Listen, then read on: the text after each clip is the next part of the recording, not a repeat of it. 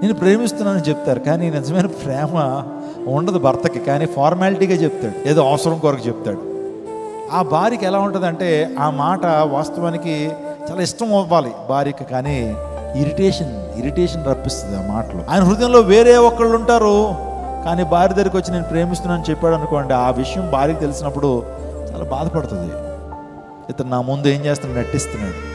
నటన భక్తి దేవునికి చాలా ఇరిటేషన్ తప్పిస్తుంది. దాన్నే వేషధారణ అన్నారు, హిపోక్రసీ అన్నారు. హిపోక్రసీ దేవునికి అసలు నచ్చదు. వేశ్యలనైనా దేవుడు పరలోక రాజ్యానికి తీసుకుంటాడంట. వేశ్యలు కూడా పరలోక రాజ్యానికి చేరినట్లుగా మనకు తెలుసు. సమరయ స్త్రీ ఎక్కడుందో ఇప్పుడు ఈ రోజున? పరలోకం ఉంది వేశ్య. ఆ తర్వాత రాహాబ్ ఎక్కడుంది? పరలోక రాజ్యంలో ఉంది. కానీ వీరిద్దరు కూడా వేశ్యనైనా దేవుడు తన రాజ్యాన్ని తీసుకున్న వేషధారులను, హిపోక్రైట్స్, వేషధారులు మాత్రం దేవుడు సహించడట.